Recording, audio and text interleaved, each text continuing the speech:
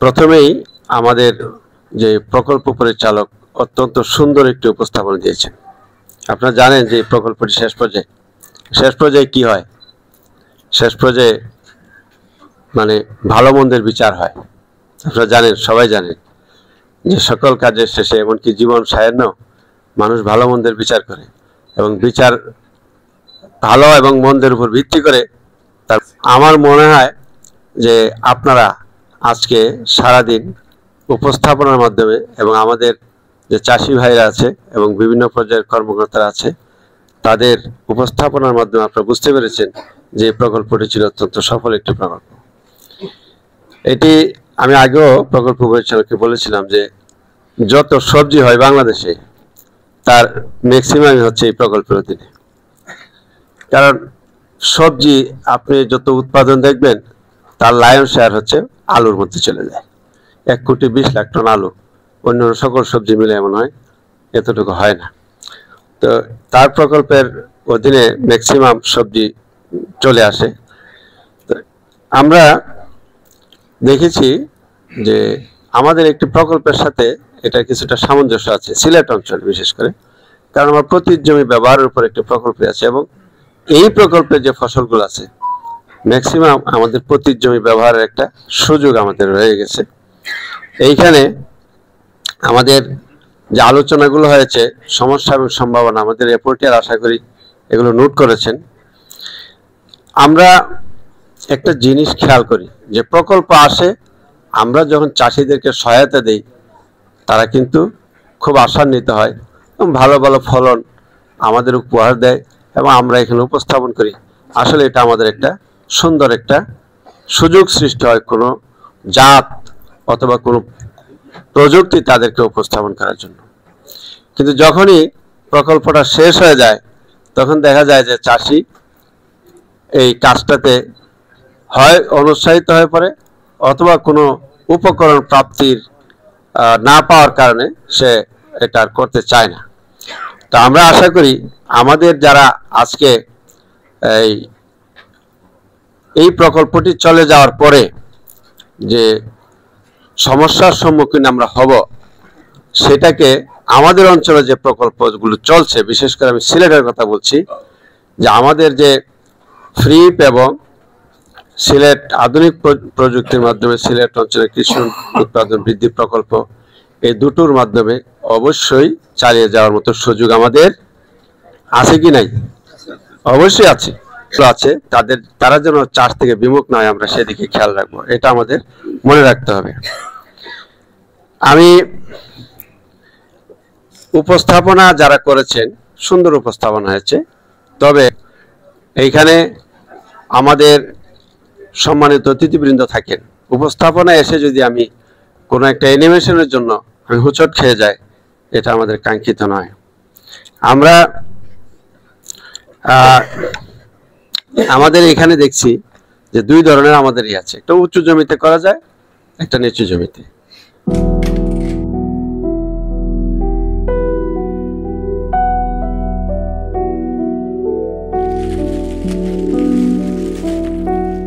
এসব কি এনেছো বৌমা? মিষ্টি আলু মা। তা তো দেখতেই পাচ্ছি। কাকে খাওয়াবে এসব? আমরা সবাই খাবো। আমার ডায়াবেটিস, তোমার ওজন বেড়ে যেতে পারে, বাচ্চাদের হজমের সমস্যা হবে। কিসের সমস্যা হবে মা? বুড়ো হয়েছি, এখন কি এসব খেতে পারি?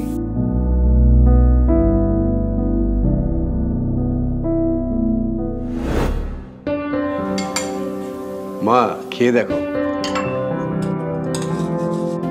বাবারে, ছোটবেলায় ভাতের অভাবে এই আলু সিদ্ধ অনেক খেয়েছি, বুড়ো বয়সে আর কষ্ট করতে চাই না।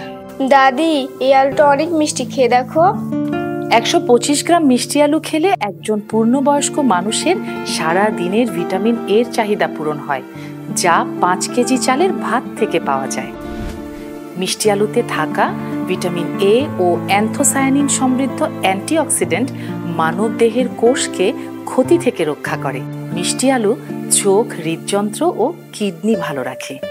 এছাড়াও মিষ্টি আলুতে রয়েছে প্রচুর পরিমাণে iron, calcium, potassium, phosphorus, thiamine, fibre, vitamin B, C, D এবং জিঙ্ক।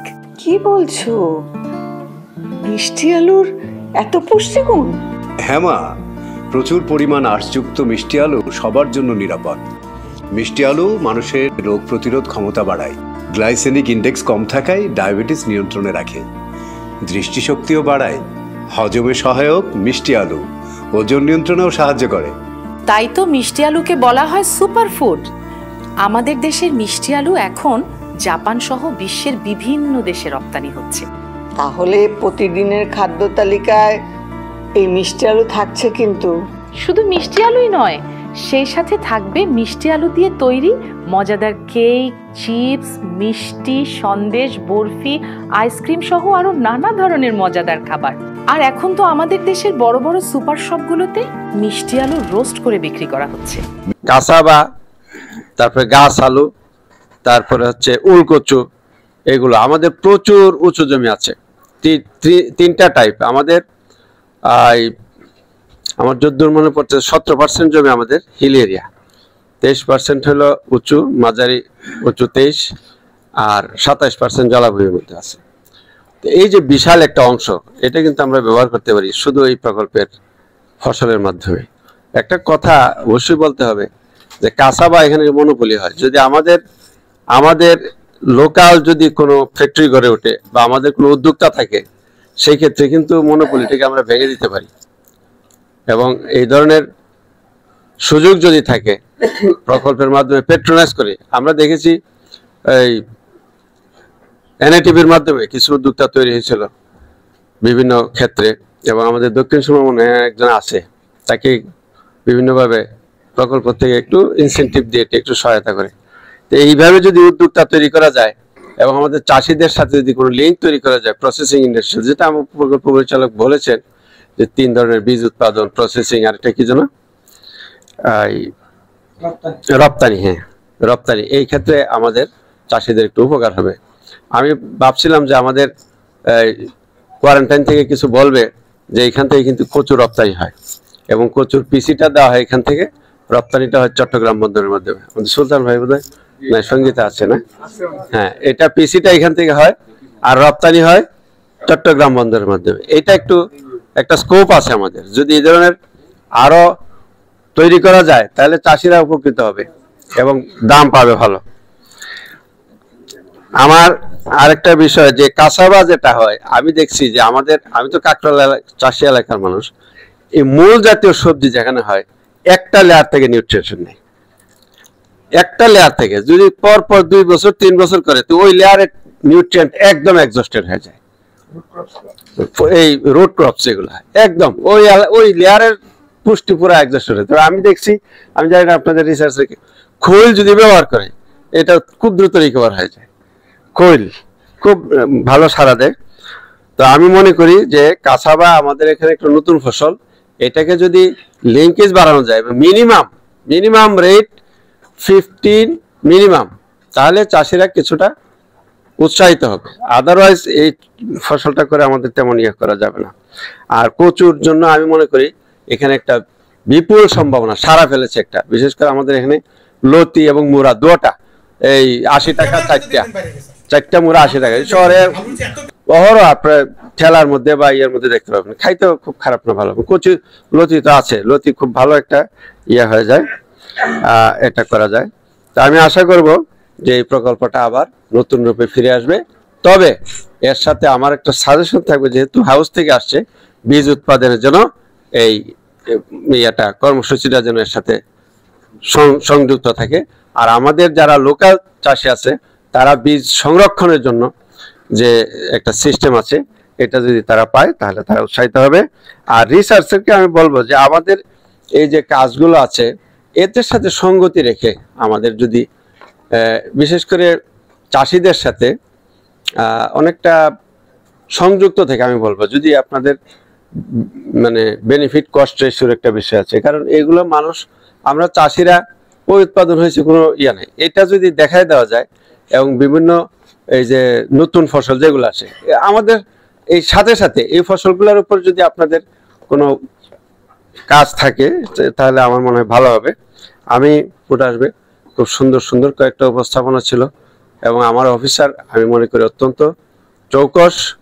আমরা আবারও বলছি যে সিলেটের, আমি তো দীর্ঘদিন সিলেট, স্যার তো যায় আর আয়, আমি তো যাইতাম পারি না। স্যার তো বলছে যে যায় আর আয়, একবার আইসা আবার গেছে, আমার যাওয়ার কথা কইও আবার আবার রাখছে এখানে। তো এই সিলেটে এখন যে পরিস্থিতি, মানুষের বিকল্প খাদ্যের যদি সন্ধান করতে হয়, আমি হিসাব করে দেখেছি, আমাদের ছাত্রদের দিয়ে করাইছি, আমাদের দেশটা অস্ট্রেলিয়ার 54 ভাগের 1 ভাগ। আমাদের লোক সংখ্যা হচ্ছে 18 কোটি, আর তাদের লোক সংখ্যা হচ্ছে অনলি 3 কোটি। তাহলে আমাদের জমির উপরে কি পরিমাণ চাপ পড়ছে এটা আমাদের মাথায় রাখতে হবে।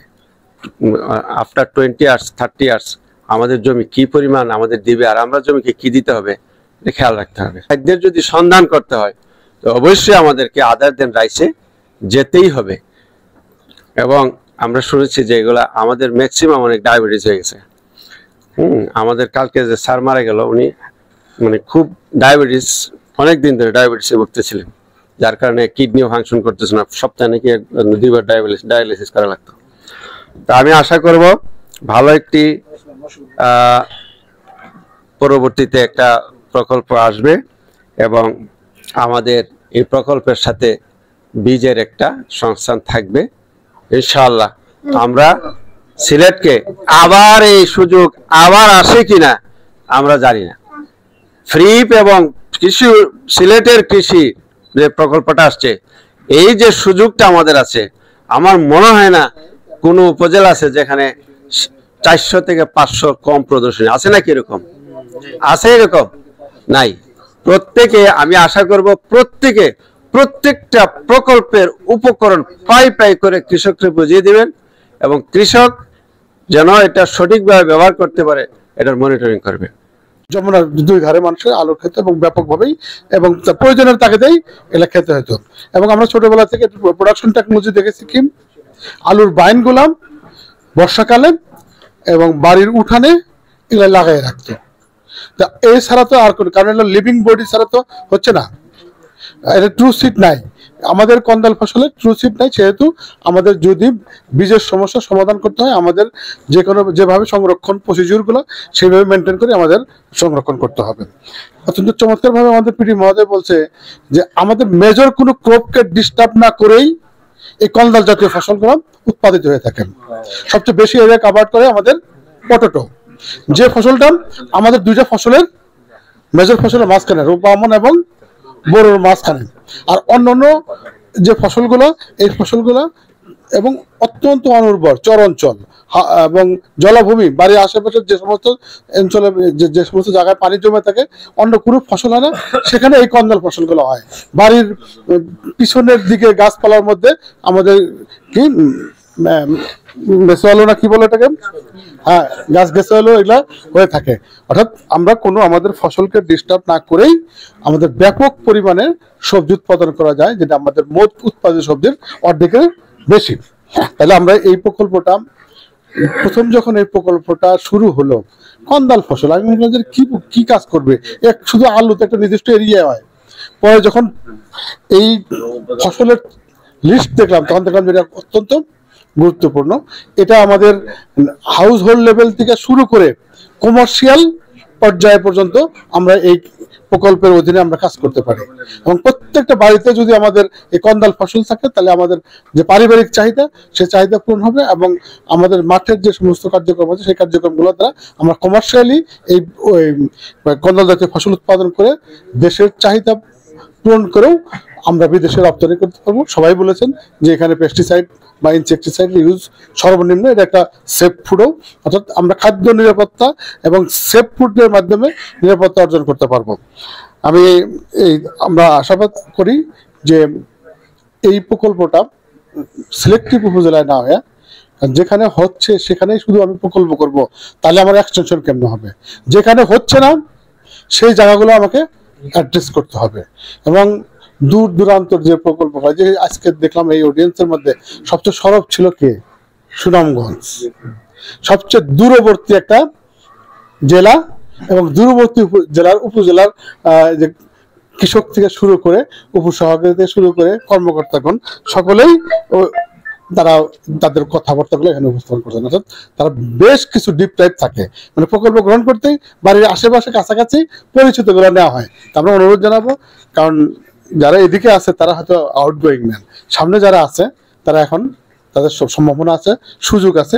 আমি মনে করি যেখানে যে ফসলটা হচ্ছে না, সকল ফসলের সম্ভাবনা আছে আমাদের দেশে, সেই বিষয়গুলো বিবেচনা করে আমরা প্রকল্প পরবর্তী গ্রহণ করবো। এবং এই প্রকল্পটা আমরা মনে করি, এখন মনে করি এই প্রকল্পের এই কর্মশালা থেকে যাওয়ার সময় মনে করতেছি যে অবশ্যই আমাদের কন্দাল জাতীয় ফসলের প্রকল্প ভবিষ্যতের জন্য দরকার, এবং সারা প্রত্যেকটা উপজেলার জন্য এটা অন্তর্ভুক্ত হওয়া উচিত।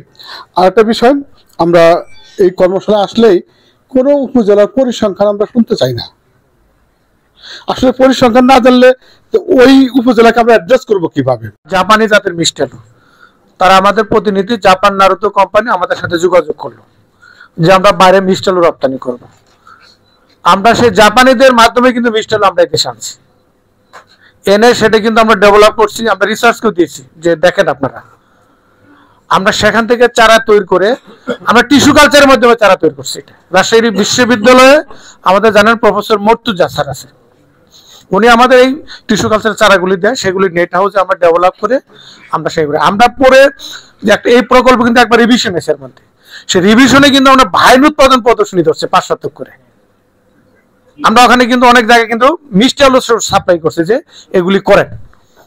আসলে আমরা বিভিন্ন জায়গায় উদ্যোক্তা চাষি তৈরি করছি, যারা বড় বড় চাষি, যে আপনারা ভাইন উৎপাদন করেন, সেখান থেকে আমরা ভাইন, দেখা গেল যে আমরা একটা উপজেলা 20টা প্রদর্শনী আছে, 10টা ভাইন আমরা দিয়েছি, আর 10টা তুমি স্থানীয় জাত বা তুমি নিজে সংরক্ষণ করো, আর কি বিভিন্ন রিসার্চ প্রতিষ্ঠানের সাথে যোগাযোগ করো। আমরা কিন্তু এইগুলি এইভাবে কিন্তু করা হয়েছে এখানে। মানে এত সেন্সিটিভ জিনিস যে আমাকে সেই পঞ্চগড় থেকে ভাইন পাঠানো লাগতেছে, আমাকে বগুড়া থেকে ভাইন দিতে হচ্ছে। আর এগুলি কৃষকরা, একটা জিনিস হলো আপনারা যেটা বলতেছেন, আসলে আমরা অন্য কোনো বীজের সাথে বীজ তুলনা করতে পারি না। আমরা কি করি, মিষ্টি আলু ভাইন 10 ফিট একটা লতা থাকে, আমরা 10টা কাটিং করে ফেলি 1 ফিট করে, এটা তো নিয়ম না। উপরে থেকে সর্বোচ্চ 2-3টে কাটতে হবে। আরেকটাই হলো যে ভাইন থেকে ভাইন যতবার করবেন উৎপাদন তত কমে আসবে।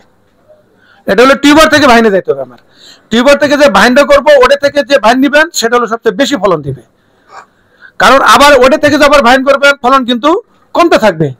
এটা কিন্তু মানে মিষ্টি আলুর ক্ষেত্রে কিন্তু এই জিনিসগুলি এটা কিন্তু ইয়ার বিষয়। সুতরাং বারবার কাটে যে ভাইন থেকে ভাইন করবেন এটা কিন্তু ঠিক না, এবং সর্বোচ্চ উপরে থেকে 2টা থেকে 3টে টিপ নিতে হবে আমাকে। আমরা কি ওইটা মানি? সুতরাং এই জিনিসগুলো আমরা কিন্তু অফিসারদের ট্রেনিং দিয়েছি, উপসহকারীদের ট্রেনিং দিয়েছি কিভাবে। আবার যে কথা বললো কচু চারার ক্ষেত্রে, কচু এই কারণে আমরা ভাইন উৎপাদন প্রদর্শনী দিয়েছি যে তোমরা নিজেরা করো, ভাই উপজেলা লেভেলে করো, সেখান থেকে তোমরা কৃষককে দাও। আমরা প্রকল্পের সীমাবদ্ধগুলি আস্তে আস্তে আস্তে আস্তে আমরা বিভিন্ন জায়গা থেকে আমাদের যে সমস্ত সমস্যা সুপারিশ আসতে আছে সেগুলি আমরা এখানে ইনক্লুড করব। কচু বাড়ি পানি কচু 1 এবং 2 লতি, এটা যদি আমি একবার চারা আনি কোনো জায়গা থেকে, এটা কি আমি 5 বছর ব্যবহার করতে পারবো না? 7 বছর ব্যবহার করতে পারবো না? সেটা তো না, তার চারা দিতে হয় না। চারা কিন্তু প্রচুর চারা হয় এখান থেকে কচুর ক্ষেত্রে। উল কচু এটা আমাদের সেই যশোর, কুষ্টিয়া, সাতক্ষীরা এগুলিতে আমাদের চাষি আছে, যে উদ্যোক্তা চাষি আছে তাদের কাছ থেকে কৃষি অফিসারদের সাথে আমরা বলে দেওয়া আছে। এবং শুধু তাই না, কে কয়টা প্রদর্শনী করতে পারবে, আমরা কিন্তু প্রদর্শনী দেওয়ার আগে, বরাদ্দ দেওয়ার আগে আমরা কিন্তু কৃষি অফিসারদের কাছে চাহিদা নেই যে তুমি কয়টা করতে পারবা, তোমার উপজেলা উপযোগী আছে, করার মতো জায়গা আছে কিনা, বা এই ধরনের কিন্তু আমরা নিয়েই কিন্তু প্রতিষ্ঠা জোর করে কারো উপরে কিন্তু কোনো কিছু চাপাই দেওয়া হয় না এই প্রকল্পের মধ্যে। কারণ এটা বিশেষায়িত ফসল, এগুলি অপ্রচলিত ফসল, মানে দিলেই যে করতে পারবো ওই এলাকার জন্য যে উপযোগী হবে সেটা কিন্তু না। আমরা কিন্তু এই জিনিসগুলো কিন্তু বিবেচনা করি আমরা প্রদর্শনীতেই। আমরা দেখা এই যে মৌসুমের শুরুতেই আমরা কি করি, 600-700 মন গাছ আলু যে বুলবিলগুলি আছে সেগুলি আমাদের যশোর, কুষ্টিয়া, ঝিনাইদহ, মেহেরপুর, আমাদের এই এলাকাগুলিতে, খুলনা, ডুমুরিয়া, এগুলি কৃষকদের বলা হয়। সেখান থেকে আবার এই গাছ আলু বীজগুলো সারা দেশে সাপ্লাই দেওয়া হয়। ওদের সাথে কিন্তু আমরা কৃষি অফিসারদের লিঙ্ক করে দিই, যার জন্য আমাদের এইভাবে আমাদের সিস্টেম ডেভেলপ করা হয়েছে। পর্যায়ে যে প্রেজেন্টেশনটা খুবই মনোমুগ্ধকর প্রেজেন্টেশন, আমি আসলেই ইমপ্রেসিভ প্রেজেন্টেশন।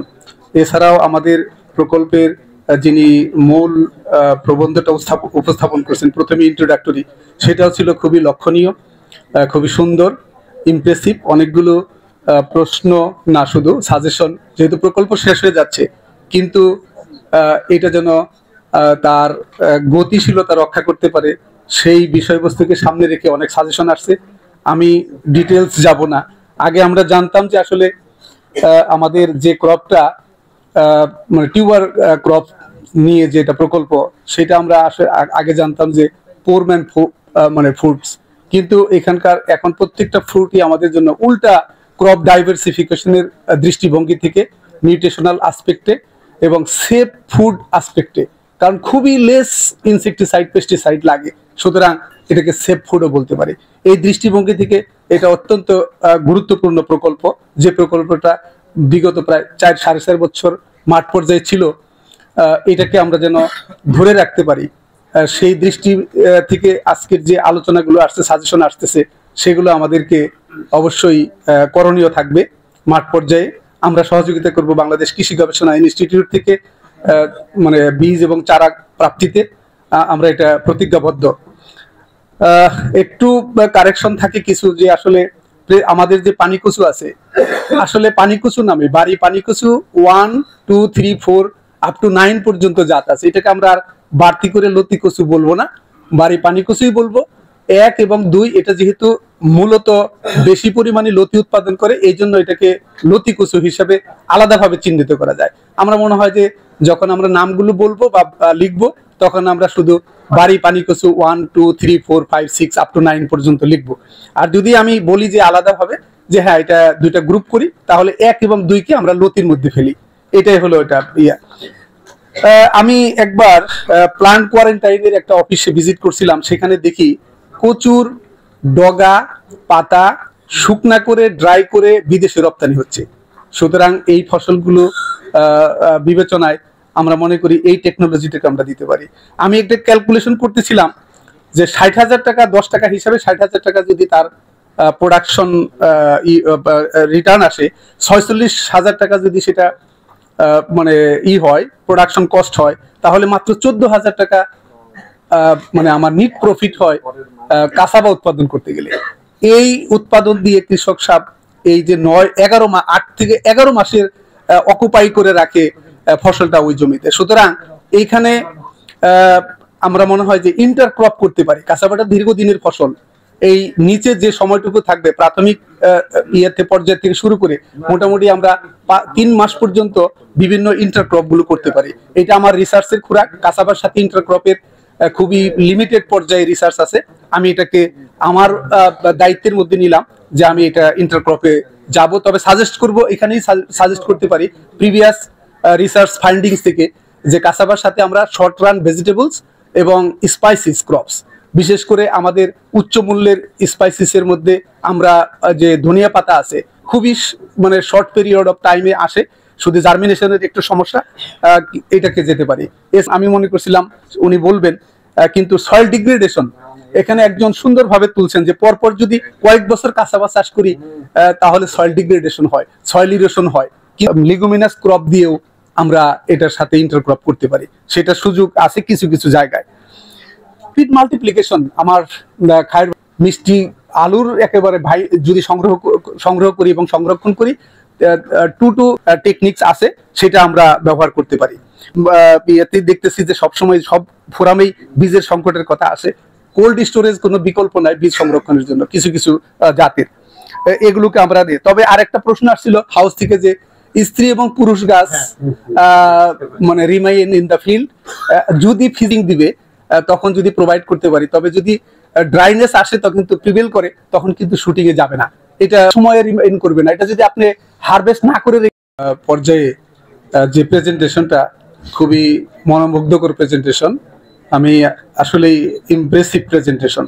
এছাড়াও আমাদের প্রকল্পের যিনি মূল প্রবন্ধটা উপস্থাপন করেছেন, প্রথমে ইন্ট্রোডাক্টরি, সেটাও ছিল খুবই লক্ষণীয়, খুবই সুন্দর, ইমপ্রেসিভ। অনেকগুলো প্রশ্ন না শুধু সাজেশন, যেহেতু প্রকল্প শেষ হয়ে যাচ্ছে কিন্তু এটা যেন তার গতিশীলতা রক্ষা করতে পারে সেই বিষয়বস্তুকে সামনে রেখে অনেক সাজেশন আসছে। আমি ডিটেলস যাব না। আগে আমরা জানতাম যে আসলে আমাদের যে ক্রপটা মানে টিউবার ক্রপ নিয়ে যেটা প্রকল্প, সেটা আমরা আগে জানতাম যে পোর ম্যান মানে ফ্রুটস, কিন্তু এখানকার এখন প্রত্যেকটা ফ্রুটই আমাদের জন্য উল্টা ক্রপ ডাইভার্সিফিকেশনের দৃষ্টিভঙ্গি থেকে নিউট্রিশনাল আসপেক্টে এবং সেফ ফুড আসপেক্টে, কারণ খুবই লেস ইনসেকটিসাইড পেস্টিসাইড লাগে, সুতরাং এটাকে সেফ ফুডও বলতে পারি। এই দৃষ্টিভঙ্গি থেকে এটা অত্যন্ত গুরুত্বপূর্ণ প্রকল্প, যে প্রকল্পটা বিগত প্রায় 4-4.5 বছর মাঠ পর্যায়ে ছিল, এটাকে আমরা যেন ধরে রাখতে পারি। সেই দৃষ্টি থেকে আজকের যে আলোচনাগুলো আসছে, সাজেশন আসতেছে, সেগুলো আমাদেরকে অবশ্যই করণীয় থাকবে। মাঠ পর্যায়ে আমরা সহযোগিতা করব বাংলাদেশ কৃষি গবেষণা ইনস্টিটিউট থেকে, মানে বীজ এবং চারা প্রাপ্তিতে আমরা এটা প্রতিজ্ঞাবদ্ধ। একটু কারেকশন থাকে কিছু, যে আসলে আমাদের যে পানিকচু আছে, আসলে পানিকচু নামে বাড়ি পানিকচু 1, 2, 3, 4 আপ টু 9 পর্যন্ত জাত আছে। এটাকে আমরা আর বাড়তি করে লতি কচু বলবো না, বাড়ি পানিকচুই বলবো। 1 এবং 2 এটা যেহেতু মূলত বেশি পরিমাণে লতি উৎপাদন করে, এই জন্য এটাকে লতি কচু হিসাবে আলাদাভাবে চিহ্নিত করা যায়। আমরা মনে হয় যে যখন আমরা নামগুলো বলবো বা লিখবো, তখন আমরা শুধু বাড়ি পানিকচু 1, 2, 3, 4, 5, 6 আপ টু 9 পর্যন্ত লিখবো। আর যদি আমি বলি যে আলাদাভাবে যে হ্যাঁ এটা দুইটা গ্রুপ করি, তাহলে 1 এবং 2 কে আমরা লতির মধ্যে ফেলি। এটাই হলো এটা ইয়া। আমি একবার প্লান্ট কোয়ারেন্টাইনের একটা অফিসে ভিজিট করছিলাম, সেখানে দেখি কচুর ডগা পাতা শুকনা করে ড্রাই করে বিদেশে রপ্তানি হচ্ছে। সুতরাং এই ফসলগুলো বিবেচনায় আমরা মনে করি এই টেকনোলজিটাকে আমরা দিতে পারি। আমি একটা ক্যালকুলেশন করতেছিলাম যে 60,000 টাকা 10 টাকা হিসাবে 60,000 টাকা যদি তার প্রোডাকশন রিটার্ন আসে, 46,000 টাকা যদি সেটা মানে হয় প্রোডাকশন কস্ট হয়, তাহলে মাত্র 14,000 টাকা মানে আমার নিট প্রফিট হয় কাসাবা উৎপাদন করতে গেলে। এই উৎপাদন দিয়ে কৃষক সাহেব এই যে 8 থেকে 11 মাসের অকুপাই করে রাখে ফসলটা ওই জমিতে। সুতরাং এইখানে আমরা মনে হয় যে ইন্টারক্রপ করতে পারি। কাসাবাটা দীর্ঘদিনের ফসল, এই নিচে যে সময়টুকু থাকবে প্রাথমিক পর্যায় থেকে শুরু করে মোটামুটি আমরা 3 মাস পর্যন্ত বিভিন্ন ইন্টারক্রপ গুলো করতে পারি। এটা আমার রিসার্চের খোরাক। কাসাবার সাথে ইন্টারক্রপের খুবই লিমিটেড পর্যায়ে রিসার্চ আছে।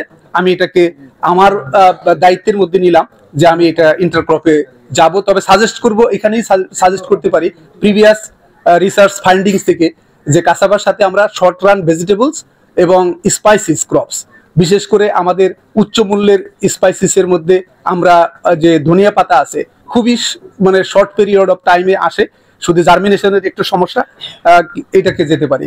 আমি মনে করছিলাম উনি বলবেন, কিন্তু সয়েল ডিগ্রেডেশন এখানে একজন সুন্দরভাবে তুলছেন যে পরপর যদি কয়েক বছর কাসাবা চাষ করি তাহলে সয়েল ডিগ্রেডেশন হয়, সয়েল ইরোশন হয়। লিগুমিনাস ক্রপ দিয়েও আমরা এটার সাথে ইন্টারক্রপ করতে পারি, সেটা সুযোগ আছে কিছু কিছু জায়গায়।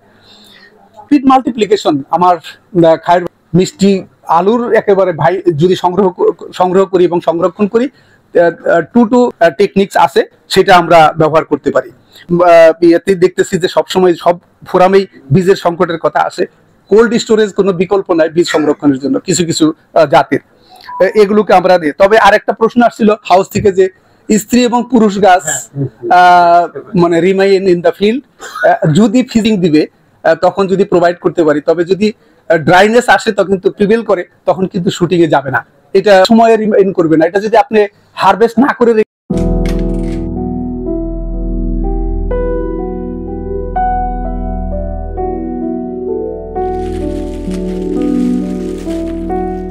এসব কি এনেছো বৌমা? মিষ্টি আলু মা। তা তো দেখতেই পাচ্ছি, কাকে খাওয়াবে এসব? আমরা সবাই খাবো। আমার ডায়াবেটিস, তোমার ওজন বেড়ে যেতে পারে, বাচ্চাদের হজমের সমস্যা হবে। কিসের সমস্যা হবে মা? বুড়ো হয়েছি, এখন কি এসব খেতে পারি?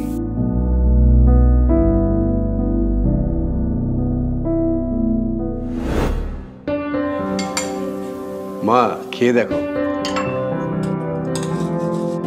বাবারে, ছোটবেলায় ভাতের অভাবে এই আলু সিদ্ধ অনেক খেয়েছি, বুড়ো বয়সে আর কষ্ট করতে চাই না। দাদি এই আলুটা অনেক মিষ্টি, খেয়ে দেখো। 125 গ্রাম মিষ্টি আলু খেলে একজন পূর্ণবয়স্ক মানুষের সারা দিনের ভিটামিন এর চাহিদা পূরণ হয়, যা 5 কেজি চালের ভাত থেকে পাওয়া যায়।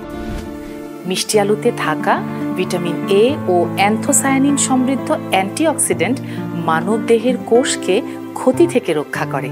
মিষ্টি আলু চোখ, হৃদযন্ত্র ও কিডনি ভালো রাখে। এছাড়াও মিষ্টি আলুতে রয়েছে প্রচুর পরিমাণে iron, calcium, potassium, phosphorus, thiamine, fibre, vitamin B, C, D এবং জিঙ্ক। কি বলছো? মিষ্টি আলুর এত পুষ্টিগুণ? হ্যাঁ মা, প্রচুর পরিমাণ আঁশযুক্ত মিষ্টি আলু সবার জন্য নিরাপদ।